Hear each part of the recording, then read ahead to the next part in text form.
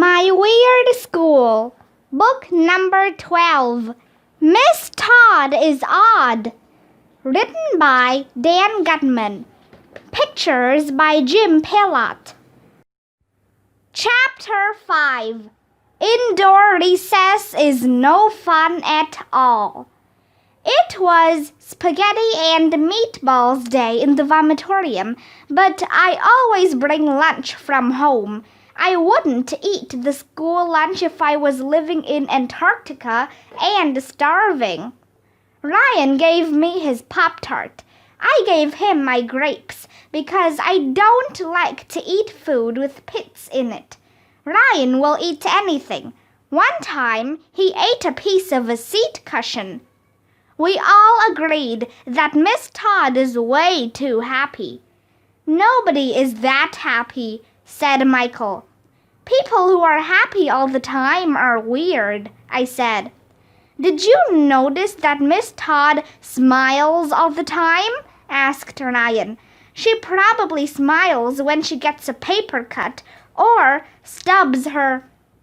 He never had the chance to finish his sentence because at that second Mr. Klutz's voice came over the loudspeaker. I have an announcement to make, said Mr. Klutz. It is raining out, so we will have indoor recess today. After lunch, please return to your classrooms. Boo! Everybody hollered, even the girls. Bummer in the summer. I hate indoor recess. Recess is the only fun part of the day, and now we would have to stay in the class with that learning lunatic Miss Todd. After we cleared off the lunch table, me and Ryan and Michael had a race to see who could walk back to our classroom the slowest. I won. Miss Todd was in there, all excited and clapping her hands and running around the class for no reason. Do we have to learn more stuff now? Ryan asked. Of course not, said Miss Todd. This is recess. Let's play a game. Can we play cops and robbers? Michael asked. I call robbers. That game sounds dangerous, said Miss Todd. How about another game? Let's play army, said Ryan. Boys against girls. Bang, bang, you're dead. Can anybody think of a game that doesn't involve shooting? Asked Miss Todd. We could play NASCAR, I suggested. There's no shooting in NASCAR. I never heard of that game, AJ, said Miss Todd. How do you play NASCAR? We run around in circles, I told her, and every few laps we smash into each other. That sounds quite violent, said Miss Todd. Yeah, and it's cool, too, I told her. I knew that if we didn't come up with something fast, one of the girls would suggest square dancing or some corny game. I know a good game we can play, I suggested. It's called See Who Can Hit the Softest. Now that doesn't sound violent, said Miss Todd. How do you play? I told Neil the Nude Kid to stand up and see how softly he could hit me. He barely tapped my arm. That's pretty soft, I told Neil the Nude Kid. Now it's my turn. I made a fist with my hand and punched Neil the Nude Kid really hard on the arm. Ow! Cried Neil the Nude Kid. Oops, I said. I lose. It was hilarious. Neil the Nude Kid will fall for anything. All the boys laughed. Well, all the boys except for Neil the Nude Kid. He just rubbed his arm. That's a terrible game, AJ, shouted Miss Todd. She wrote something down on her piece of paper. Miss Todd wasn't smiling for a change. She told Neil the Nude Kid to go see Mrs. Cooney, the school nurse. Then she told me to go to Mr. Klutz's office. What did I do? I asked. I was just playing See Who Can Hit the Softest. Go to Mr. Klutz's office, yelled Miss Todd. Now!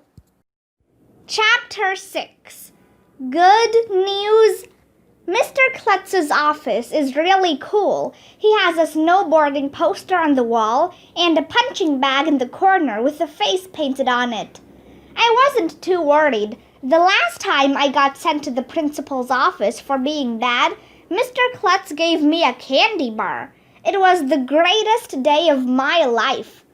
When I opened his door, Mr. Klutz wasn't sitting at his desk like a normal principal. He was hanging upside down from a bar attached to the ceiling. He had on boots that were attached to the bar. He says that when the blood rushes to his head, it helps him think. Mr. Klutz is nuts. Come in, AJ, he said as he pulled himself out of the boots and fell into his chair. I'm sorry I punched Neil the nude kid, I said. I won't do it again. I understand, AJ, Mr. Klutz said. I was a boy once. Just once? I asked. I'm a boy all the time. Mr. Klutz laughed even though I didn't say anything funny. AJ, I have some good news for you, Mr. Klutz said. You're going to give me a candy bar? I guessed. Oh, better than that, Mr. Klutz said. I'm happy to inform you that you have been selected for the Gifted and Talented program. What? Remember that test the whole school took a few weeks ago? He said. Well, you scored very high. We think you are gifted and talented. Congratulations, AJ. Gifted and talented? I don't want to be gifted and talented. Dorks and dweebs like Andrea are gifted and talented. Not cool kids like me. I just wanted to be normal. I just wanted a candy bar.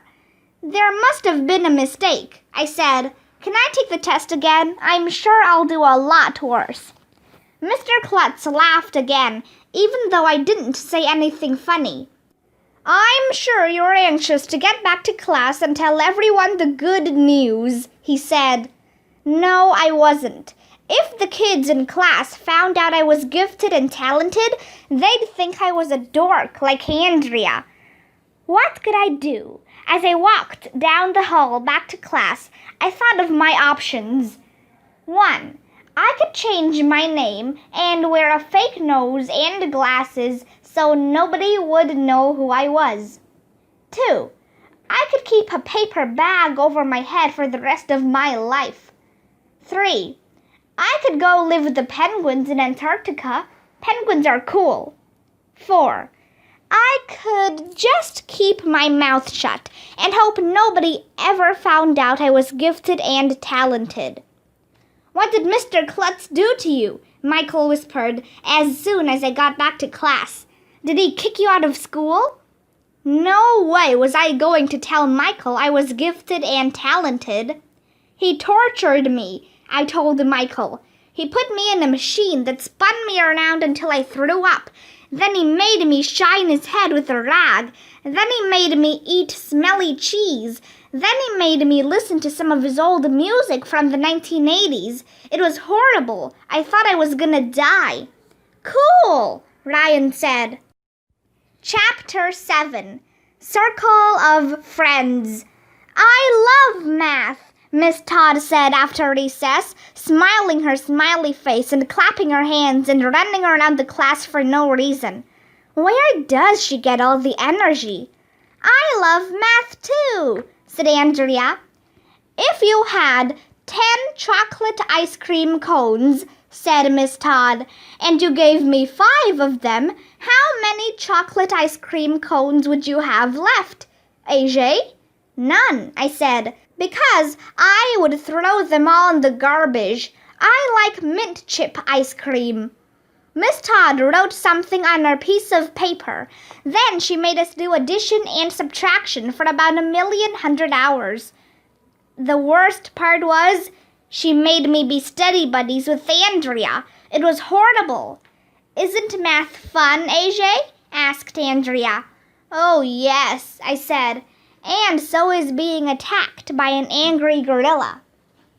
Miss Todd is just like Andrea. She loves school. She loves reading. She loves math. She loves everything. Miss Todd and Andrea are like two peas in an iPod. Let's draw pictures, Miss Todd said after math was over. I love drawing pictures.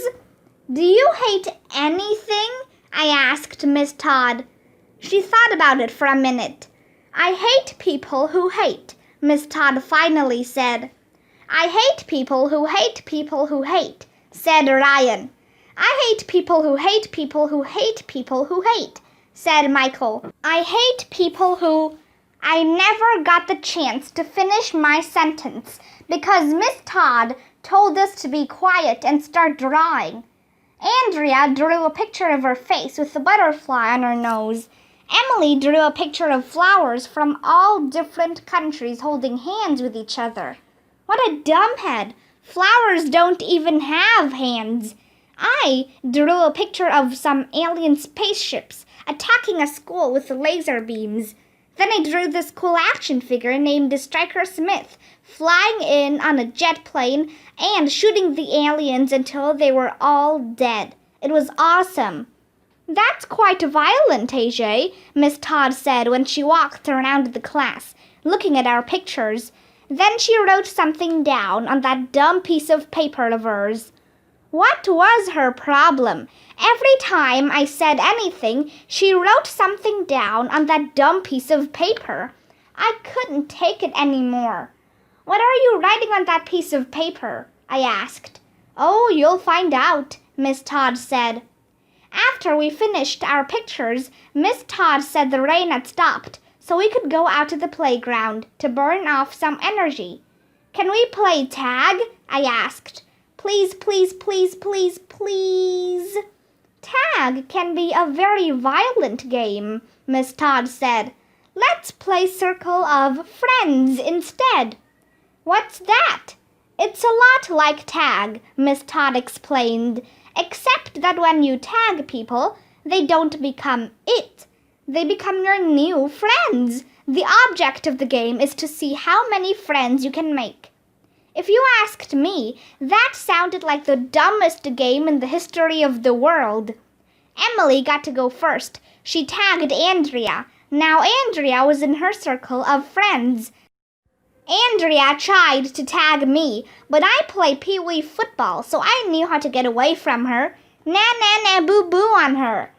The only problem was that Ryan and Michael play pee-wee football too.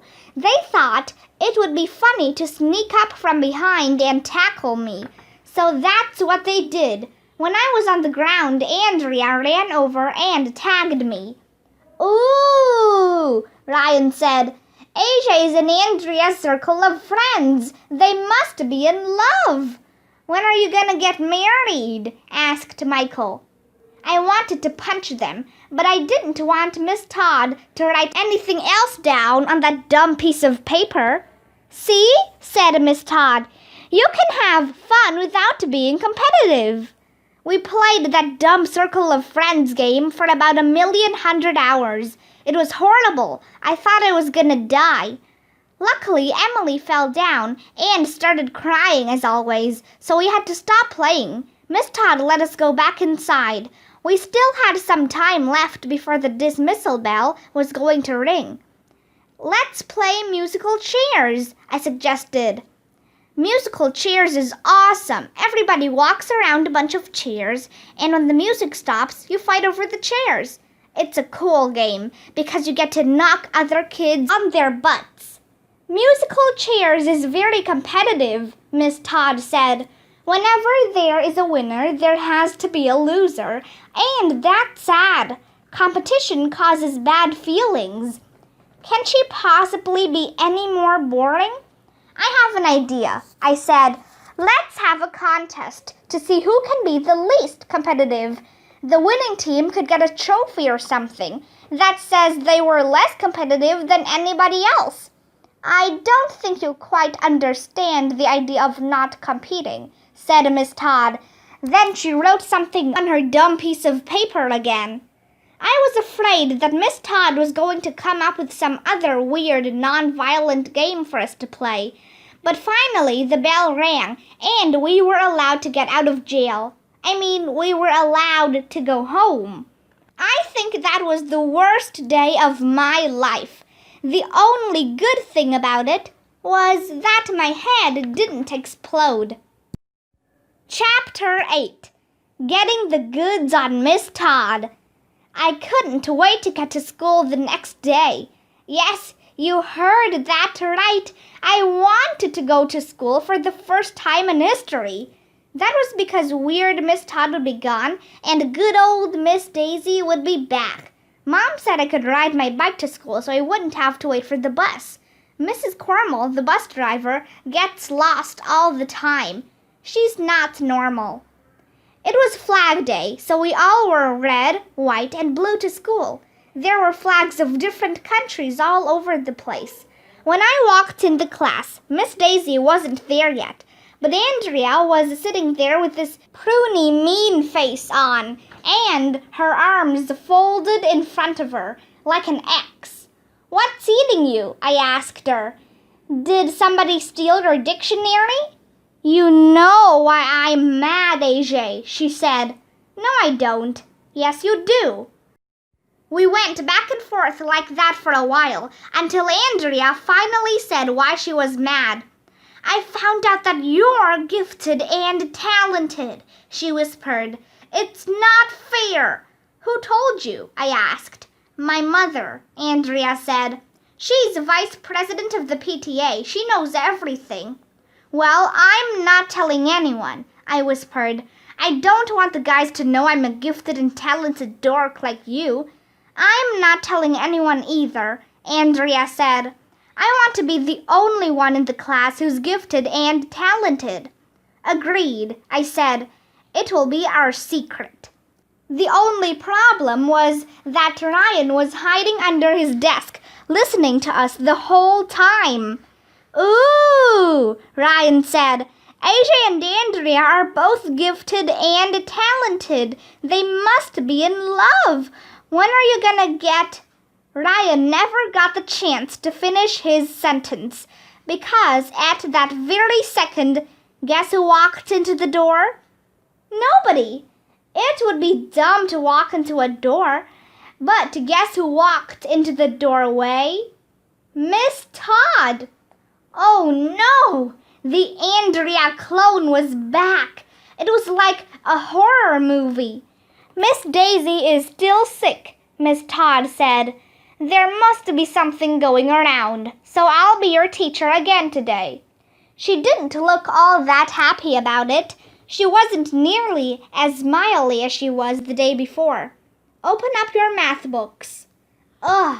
We had to do reading and writing and math all morning. I thought my head was going to explode. Then Miss Todd forced us to play more of her dumb games where nobody wins or loses.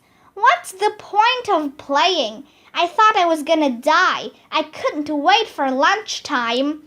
"I miss Miss Daisy," Ryan said as soon as we sat down in the vomitorium. "I miss Miss Daisy," said Michael. "Miss Todd is weird."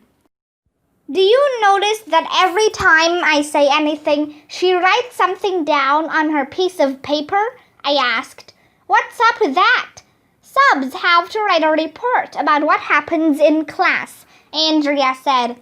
"You're going to be in big trouble when Miss Daisy gets back and reads Miss Todd's report." "All Miss Todd ever does is teach stuff," said Ryan. "She's like a robot teacher." "Hey, maybe Miss Todd isn't a teacher at all," I said. "Did you ever think of that?" "What do you mean?" asked Emily. "Maybe she's a robot in the body of a human, and she was sent here to take over the earth," I said. "I saw that in a movie once." "Stop trying to scare Emily," Andrea said. "I'll bet that robot Miss Todd murdered Miss Daisy so she could take over her job," Michael said. "Subs do that all the time, you know." "Yeah," I said. "After the robot subs murder all the human teachers, they'll probably create a race of robot zombie clones to brainwash kids and take over the world."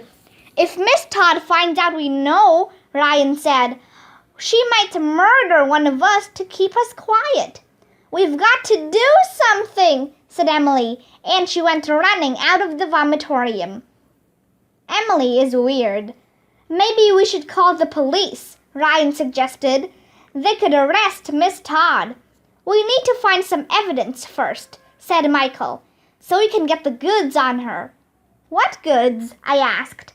I don't know, Michael said, but you always have to get the goods on criminals. Michael's dad is a policeman, so he knows all about crime and murder and stuff. After lunch, we headed back to class.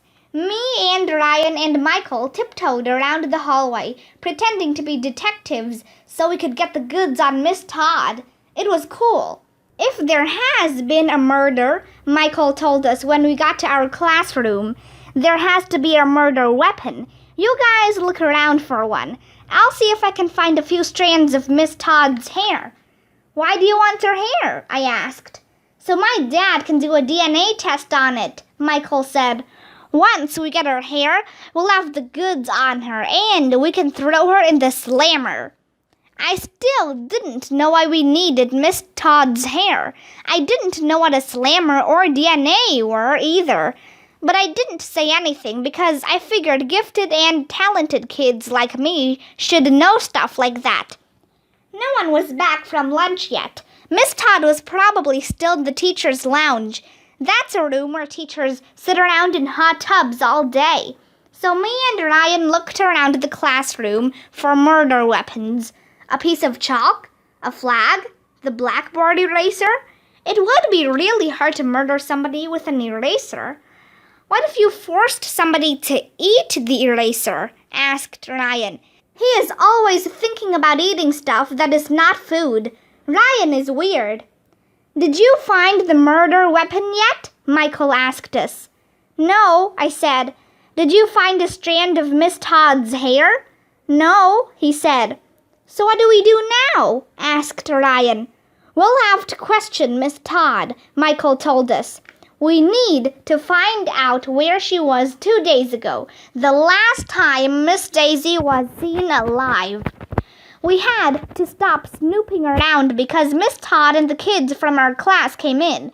She told us all to sit down and then she started talking about Flag Day. Some countries have really dumb flags. I think she made some of them up. Does anybody have any questions? Miss Todd finally asked. I do, I said. Where were you 2 days ago? I beg your pardon, asked Miss Todd. You heard me, I said. Where were you 2 days ago?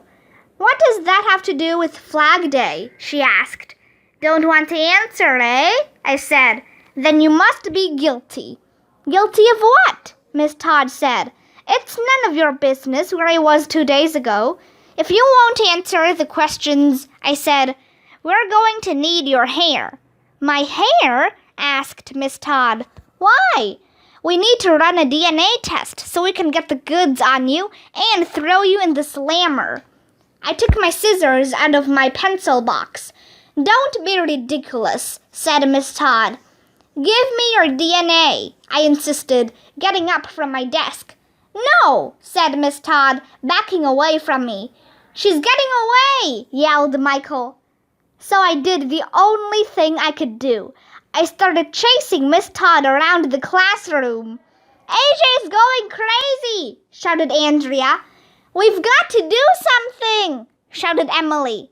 Never run with scissors, yelled Miss Todd. Get her, Ryan, shouted Michael, and the three of us chased Miss Todd around the classroom. It was a real Kodak moment. You're under arrest for the murder of Miss Daisy, Ryan yelled. You kids are crazy, yelled Miss Todd. Admit it, I yelled. You're a killer robot clone. You want to take over the world. Help, yelled Miss Todd. You have the right to remain silent, Michael said. Anything you say will be used against you. You're a bunch of little monsters, Miss Todd yelled. I quit. I don't want to be a teacher anymore. Then she ran out the door. It was cool. You should have been there. Miss Todd is odd.